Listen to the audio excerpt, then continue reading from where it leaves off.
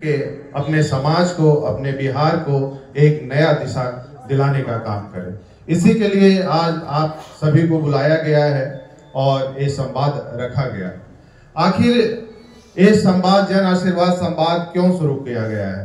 कुछ तो वजह होगी। क्यों एक बिजनेसमैन जो 20 सालों से अपना बिजनेस कर रहा है और उसे अपना बिजनेस छोड़ के, अपना परिवार को छोड़ के, अपने बच्चे को छोड़ के, सारा चीज को त्याग करके आप लोगों के बीच आया है, तो कहीं ना कहीं तो कुछ तो वजह होगी।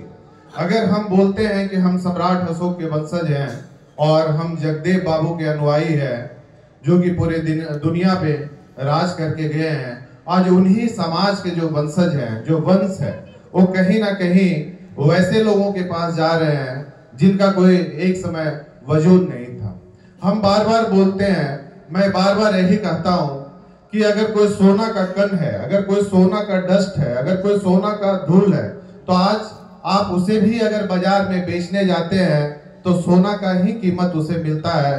तो अगर हम सम्राट अशोक के वंशज हैं तो हमारी भी कीमत सम्राट अशोक के जैसे ही लगानी होगी, उससे कम हमें मंजूर नहीं है। और अगर हमारा समाज का बेटा या हमारा समाज का भाई कोई 2% या 4% वाले लोगों के पास जाके अपना टिकट का भीख मांगता है, वो सम्राट अशोक के वंशज को कभी गवारा नहीं होगा। इसीलिए निशिकांत सिन्हा आप लोगों के बीच आया है कि जो सम्राट अशोक के बारे में हम बात करते हैं, जो चंद्रगुप्त मौर्य के बारे में बात करते हैं, जिन्होंने पूरे देश को नेतृत्व किया, आज उन्हीं समाज का वंशज जो वंश है हम लोग, आज कहीं ना कहीं हम लोग एक मगध में भी राज नहीं कर रहे हैं, एक राज में भी राज कर रहे हैं। ऐसा क्या वजह है? तो आज हम लोग सभी को इकट्ठा होने की जरूरत है। और ये सच्चाई है कि आप जब आगे बढ़ेंगे, हमारे बहुत सारे लोग यहाँ पे बोल के गए हैं कि जब लोग बढ़ते हैं तो अपने ही समाज के लोग टांग खींचने का काम करते हैं। तो ये सच्चाई है, लेकिन ये क्या है कि कुछ समय तक ही आपकी टांगे खींचेंगे।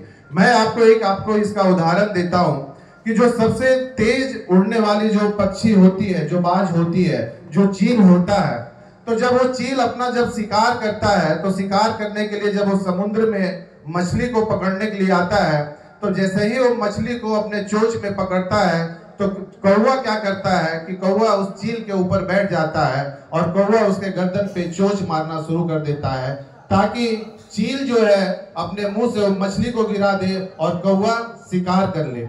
लेकिन चील जो है वो घबराता नहीं है, वो समय का इंतजार करता है। और चील क्या करता है, धीरे धीरे वो अपनी ऊंचाई को आसमान में उड़ना शुरू करता है। और जब चील जो होता है एक ऊंचाई पे जाता है, तो वहां पे सांस का जो लेवल होता है, ऑक्सीजन का जो लेवल होता है, वो कम होना शुरू करता है। तो कौवा क्या करता है, अपने आप फिर नीचे उतरना शुरू कर देता है।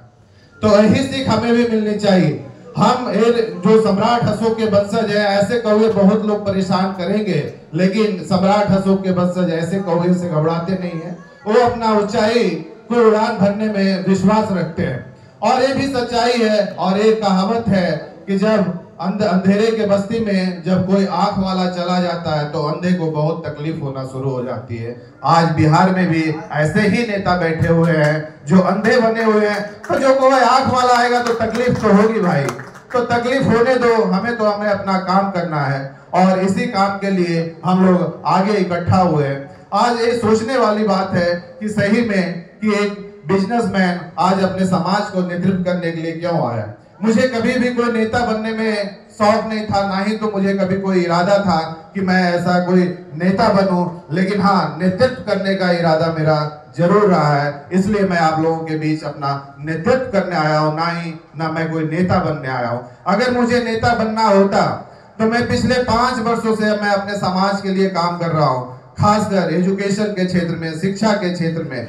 लेकिन ये 5 सालों में निशिकांत सिन्हा का कहीं भी कोई भी सोशल मीडिया पे कोई पोस्ट नहीं देखे होंगे, कहीं कोई मार्केटिंग नहीं देखे होंगे कि निशिकांत सिन्हा आज 25 या 40 बच्चे को हर साल गोद लेता है, करोड़ों रुपया अपने समाज के लिए शिक्षा के ऊपर काम करता है और खर्चा करता है। कभी भी कोई भी इंसान नहीं बता सकता है कि ना ही तो मेरे ट्विटर पे, ना ही तो मेरे इंस्टा पे, ना ही तो मेरे फेसबुक पे। अगर मुझे नेता बनना होता तो शायद मैं 5 वर्षों से मैं अपना मार्केटिंग करता, अपना ब्रांडिंग करता, लेकिन मुझे नेता बनना में कभी भी कोई दिलचस्पी नहीं रहा। और इसी वजह से मैं बोलता हूँ कि मैं सिर्फ समाज की लड़ाई लड़ने के लिए आया हूं, ना ही तो मैं कोई नेता बनने के लिए आया हूं। अगर मुझे नेता बनना होता तो जितना समय मैं आज अपने समाज के लिए दे रहा हूं, जितना वक्त मैं दे रहा हूं, जितना मैं त्याग अपने समाज के लिए कर रहा हूं, या जितना पैसा मैं अपने समाज के लिए खर्चा कर रहा हूं, लोगों को जगाने के लिए खर्चा कर रहा हूं, शायद उतना समय और उतना पैसा मैं कहीं और देता तो मैं बैक डोर से MP राज्यसभा का या MLC बन गया होता। लेकिन क्या उससे हमारा समाज का भला हो जाता है? क्या आज हमारे समाज के लोग, आज हमारे समाज के नेता क्या MLA नहीं है, क्या MP नहीं है, लेकिन समाज का नेतृत्व कौन कर रहा है? तो देखा जाए तो कोई नहीं। मैं हमेशा बोलता हूं कि मुझे अपने समाज के किसी भी नेता से कोई लड़ाई नहीं है, और ना ही तो मुझे कोई समाज के नेता से तकलीफ है। लेकिन हाँ, ये सच्चाई है कि समाज को नेतृत्व करने वाले नेता की जरूरत है। जहां हम एक तरफ, मैं हमेशा बोलता हूं कि मैं हमेशा मेरे मंच से कभी उपेंद्र कुशवाहा जी हो गए या सम्राट चौधरी हो गए, हम कभी भी किसी का शिकायत नहीं करते। जहां उपेंद्र जी हमारे गार्जियन हैं, वही मैं सम्राट जी को अपना बड़े भाई भी मानता हूं। लेकिन क्या कोई भी इंसान, कोई भी समाज अगर एक नेतृत्व कर रहा है तो समाज तो उसी से उम्मीद करेगा ना। आज मैं अगर आपको उदाहरण दूं कि सचिन तेंदुलकर क्रिकेट का सबसे बड़ा भगवान कहलाता था। वो सिर्फ देश में ही नहीं, भारत देश में नहीं, बल्कि पूरे देश और दुनिया में उनको भगवान, क्रिकेट का भगवान माना। लेकिन जब सचिन को भी लगा कि 20 साल 25 साल के बाद अब मुझे नहीं खेलना चाहिए, या मुझसे ज्यादा टैलेंटेड लोग मेरे पीछे बैठे हुए हैं, तो उन्होंने रिटायर लिया। तो उसी तरह से आज हमारे समाज के नेता को भी होना चाहिए कि अगर मैं 20 साल अपने समाज को दिया, या 25 साल मैं समाज के लिए मैं पॉलिटिक्स किया, राजनीतिक किया, लेकिन समाज को मैं जिता नहीं पाया, समाज को उस मुकाम पे नहीं लेके जा पाया, तो आज हमसे अगर बेहतर कोई मेरा बेटा या मेरा भाई नेतृत्व करने के लिए तैयार है तो उसके हाथों में सौंपा जाए। बस मेरा यही गुजारिश है, और कोई गुजारिश नहीं। और मैं बोलता हूं कि मैं किसी भी नेता का मैं शिकायत नहीं करता हूं, आप लोगों ने सभी ने देखा होगा। लेकिन हाँ, अगर कोई आपसे बेहतर अगर अपना मौका मांग रहा है, अगर आपको 25 साल किसी ने दिया या 20 साल किसी ने दिया है, तो किसी को 1 साल तो देकर देखो। अगर वो भी नेतृत्व करता है तो आप उसको भी बदल डालिए। लेकिन आप किसी को एक बार तो मौका दीजिए। आप दूसरे को बोलते हो कि परिवारवाद है, आप मांझी जी के पार्टी के बोलते हैं परिवारवाद है, चिराग जी के पार्टी के बोलते हो परिवारवाद है, तो अगर आप 30 साल 40 साल से अपने समाज के लिए राजनीति कर रहे हैं और अभी तक अगर आप रिटायर नहीं हो रहे, तो वही तो परिवारवाद से भी बढ़ती है। तो आप किसी और को तो मौका दीजिए ताकि वो राजनीति करे और समाज को जो एक नेतृत्व की जरूरत है वो नेतृत्व करे। आज यहाँ पे आने का मकसद यही है। मैं यही बोलता हूँ कि सब ये जो जन आशीर्वाद संवाद है, ये सिर्फ एक संवाद नहीं बनाया गया, एक मंच नहीं बनाया गया है, ये बल्कि हम लोगों की एक आवाज बनाया गया है। ये हमारी जो जगदेव बाबू का जो विचारधारा था, जो हमारी लड़ाई थी, जो उनके अधूरे सपने थे, या जो हमारा खोया हुआ विरासत था, उसको हक वो अपने हिस्सेदारी को लड़ने के लिए ये हम लोगों के एक आवाज बनाया गया है। और हर लड़ाई का एक नायक होता है, और इस लड़ाई का जो नायक है आप सभी लोग हैं। हमको सभी मिलकर लड़ाई लड़ना है। और ये जो मकर संक्रांति है, ये आज सिर्फ दही चूड़ा मना के सिर्फ एक फेस्टिवल नहीं मनाएंगे, बल्कि एक संकल्प लेके आज इस फेस्टिवल को मनाएंगे। तो आप सभी लोग हमारे साथ संकल्प लेने के लिए तैयार हैं? आप सभी अपने जगह पे खड़ा होइएगा और 3 संकल्प आज हम लोगों को लेना है, और मेरे साथ आप सभी लोग बोलिएगा। पहला संकल्प है कि हम सम्राट अशोक और चंद्रगुप्त मौर्य के खोए हुए विरासत को फिर से वापस लाना है। सम्राट अशोक और चंद्रगुप्त मौर्य के, हमारे साथ बोलेंगे, सम्राट अशोक और चंद्रगुप्त मौर्य के खोए हुए विरासत को वापस लाना है।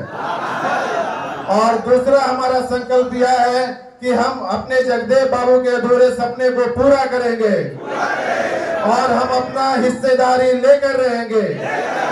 और तीसरा हमारा संकल्प है कि हम बिहार को एक विकसित बिहार बना के रहेंगे। इसी संकल्प के साथ हम लोगों को लड़ाई लड़ना है। आप सभी लोग निशिकांत सिन्हा का साथ देने के लिए तैयार हैं? तैयार हैं?